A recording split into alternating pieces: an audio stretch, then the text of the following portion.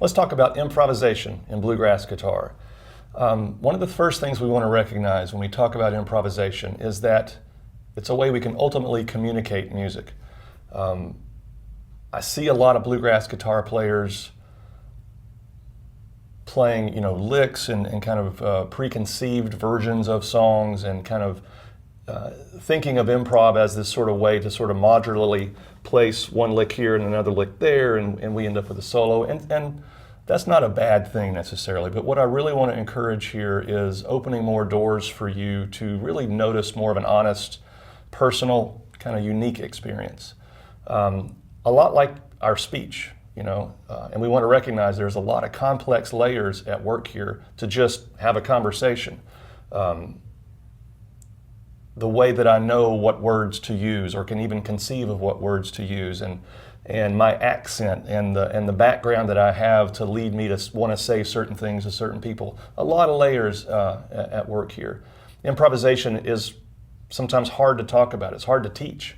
Again, it's about your experience. I can talk about my experience, and we'll do that. But again, what we're really about here is helping you open your doors and experiment and explore some of the concepts we're going to cover here.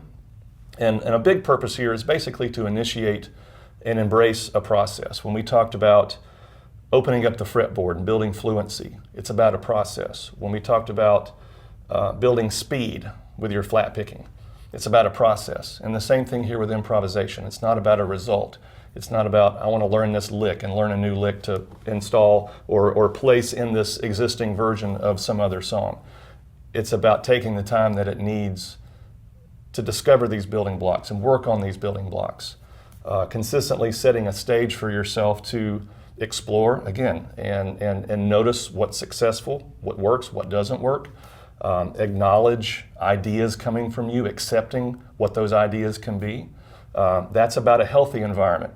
One of the main things we aim for with improv is this open mindset where we are listening and we are reacting.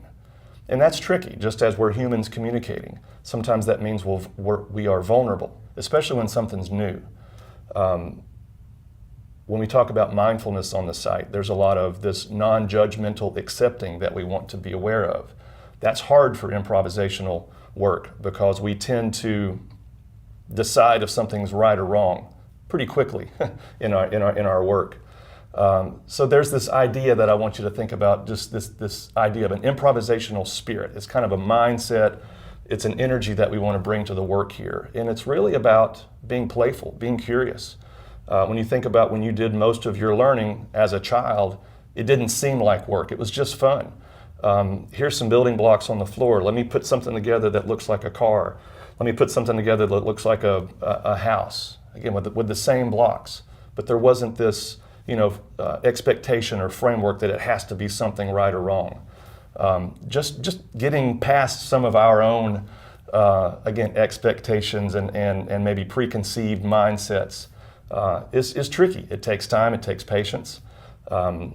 We use that time and patience to build competency, just a general kind of knowing that we can, see these things in operation. That leads to more confidence, which can kind of be more positive feedback as we embrace this process. Again, we work on our own self-criticisms, kind of being more accepting, enjoying this kind of chaos of improvisation. We don't know what's coming next, but we kind of, again, we work to invite this playful attitude. And again, back to kind of where I started, what we're left with, again, is not a lick, it's not a fancy phrase or something, that you feel might make you better. It's a stronger ability to listen and react. When we talk about mindfulness and inner game concepts, a big one for me when I'm improvising is learning to allow and not force. As I work to be more settled physically, mechanically on the guitar, I am more settled as an improviser as well. It helps my improvisational experience be more settled and sound more settled, feel more musical. And that introduces that concept again. I feel less like I'm just doing the music and I'm being musical. So improvisation is a way to really, again, uncover a lot about you.